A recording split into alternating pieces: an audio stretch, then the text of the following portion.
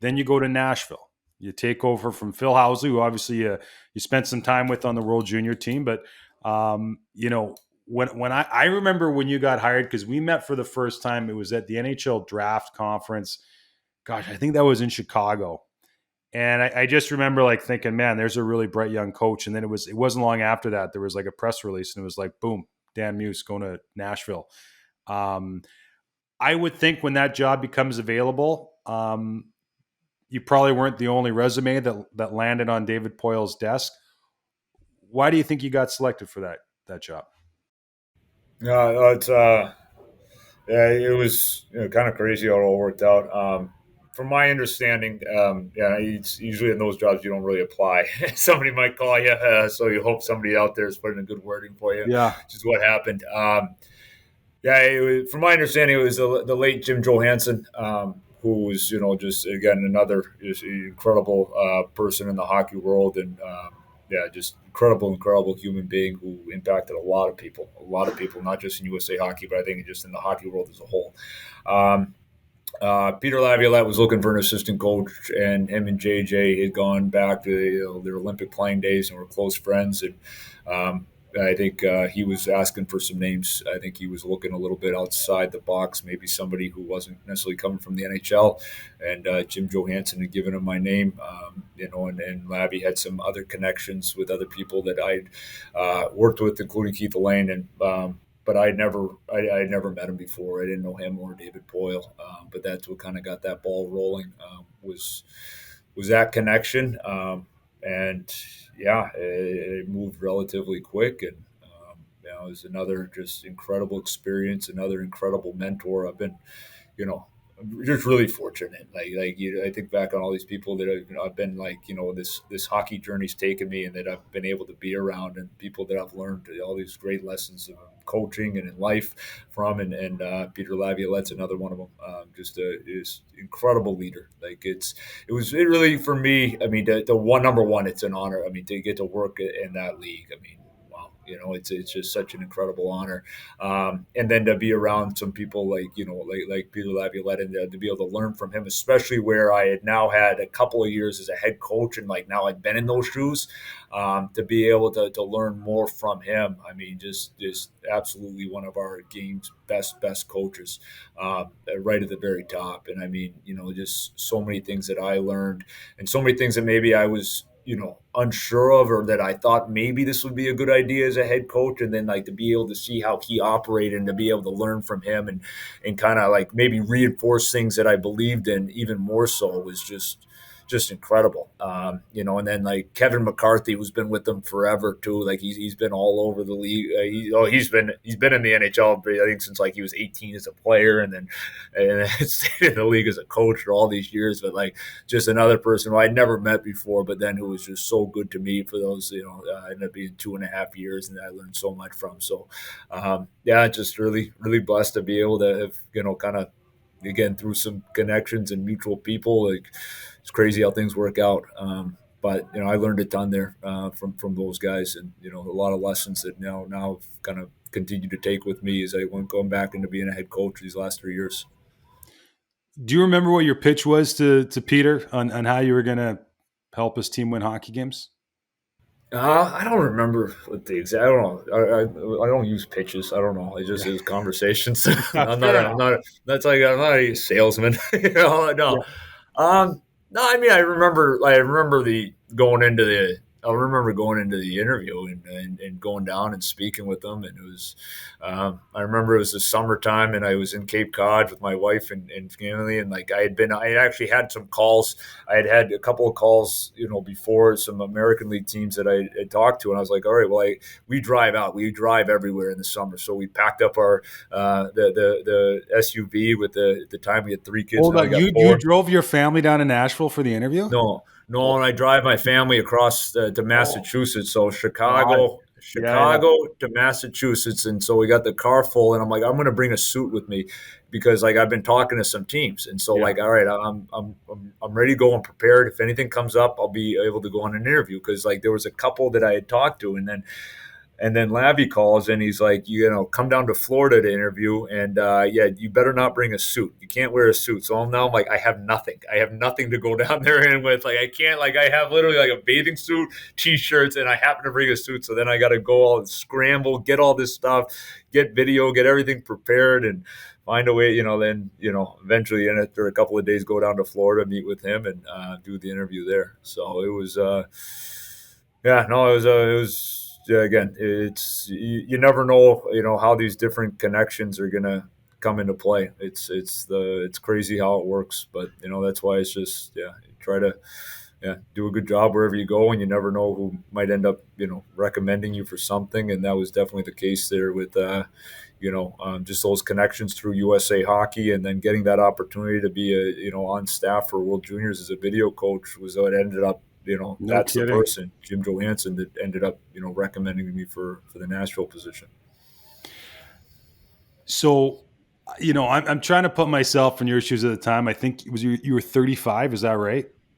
When you get that gig? Yeah, it sounds right. Yeah. Yeah. And, as I've gotten older and, people in and outside of hockey, one thing I've learned is like, nobody ever feels ready for that next step. Like you got to kind of go in, and there's, imposter syndrome is sometimes we can think it's something only we're going through, but it's, everybody goes through it at certain stages of their career. And, and I don't want this to come across as the wrong way, but, you get installed as the forward coach in Nashville. Um, you know, as a Division III hockey player, I think you had 5 goals and 6 assists over your career. And it's funny. I went back and looked at that roster. Like that roster was stacked. You guys win the President's Trophy in year 1. You score a ton of goals. Like, how did you once you get the call from Peter that says, "All right, you're in"? How did you prepare yourself for that role and getting in front of those players and getting to work? I mean, I think you just number one. I think you go into any situation like you gotta, you know, you got to believe in yourself. You got to believe in what you do. And I think in order to believe in it, like, some people can fake it, but like when you put in the work and you've done everything you can to prepare, I think you go into anything you do with more confidence. You go into a locker room to speak to a team. If you know, all right, I put in the work, I have the information that's going to be able to help them, or I've done the things to be able to help them. Well, now at that point, you just got to go out there and you got to present it, or you got to give it. And it's, and I think I really believe that. And is it a little bit different when you're going into those rooms there first? Yeah, of course it is. But it's I think you have to, if you put in the work and you put in the time, and you believe in the plan that you have, whether it's working with a special team like the penalty kill, or giving information to the players, then I think you gotta do it with some belief, and that's how I'd been other places. I think I said to somebody before I went in there, it wasn't, it's just like, I mean, probably a benefit of me is like, for me is I've always been coaching higher levels than I played. Always. Like every level I've coached has been a higher level than I played. And so, I looked at it a little bit that way. I mean, I was probably more intimidated like my first time going into the locker room at Sacred Heart, because like I was like, for me, it's like, coaching Division I when I was not just a D3 player, I was a bad D3 player. Like those stats that you read off, those were padded stats. Like I think I got a couple phantom assists in there. Like those aren't even real. They're worse than that. But it's like I've always been doing that, and so it's not totally new to me, because it's just it's different. I know what I was as a player, but I also know kind of like how I even got. I shouldn't have even been a D3 player. Like I mean, I shouldn't have been. I had to work hard for that, and I'm proud of that. I'm proud of what I was. Like that was part of my journey, and so it's going to take that a little bit of that same approach going into coaching. Like you put in the work, then I'm going to go in there and I'm going to be confident. I'm going to be proud of what I present. And then the other part of all of it is like, this is a people business. Like even in working in the National Hockey League, like, if it's not everybody, but I do think for the great majority, even in that league, like if people know that you are doing things and you have things that can help them, and you care about, and you're not just looking at them as like an asset, you're looking at them as a person, like, then I think that goes a long way. And that's always been my approach at every level.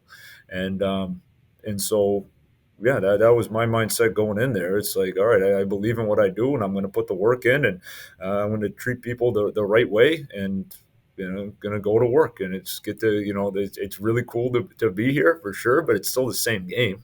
We're still the same game. Practices are a lot faster, games are a lot faster, but it's the same game. And then on top of that too, like, and this is probably more of a lesson that I took away from working for Peter Laviolette. Like, he set me up big time for success, like big time. Like the way he and I remember like some things early on there for working for him. I remember coming home and telling my wife like I know right now that like I'm going to be a better head coach from being around this guy if I become a head coach again, because like just the way he empowers his assistant coaches, empowers the people around him, was at a crazy high level, and probably one that you have to be, you know, have been in the game for as long as him and is confident as in kind of his abilities to be able to let go and empower people around him.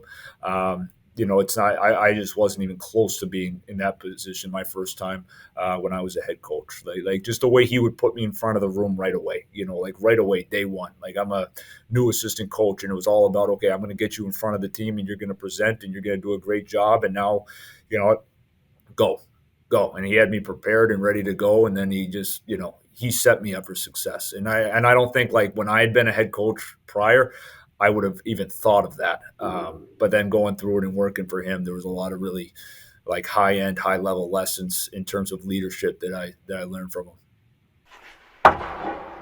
If you are involved with the Minor Hockey Association that hosts tournaments or multiple tournaments, or you're a coach who operates spring tournaments, or any organization that puts on events, then you're going to thank me for introducing you to Event Connect. Event Connect makes managing and growing your sports events simple and efficient. It literally covers every aspect of the event management, from scheduling, linking out of town teams or visitors with hotel bookings, to capturing registration fees and collecting additional revenue, all on one platform. Best of all, it's free. Event Connect receives a small fee through its payment processor, but there is no upfront investment. I got introduced to Event Connect because several of our league and association partners began using them and raved about the time it saved, how user-friendly it was, and the additional revenue they were able to generate. In fact, the feedback was so positive, we began using Event Connect to host TCS Live, our annual coaching conference at the University of Michigan. It was a great decision. I know firsthand how stressful it can be to run tournaments and events, and can't imagine going through that process again without Event Connect. If you want to simplify the process of organizing your tournament or event and tap into new revenue, then go to eventconnectsports.com to book a demo today. Don't go through the painful process of trying to run your next tournament without Event Connect. Go to eventconnectsports.com and get started now.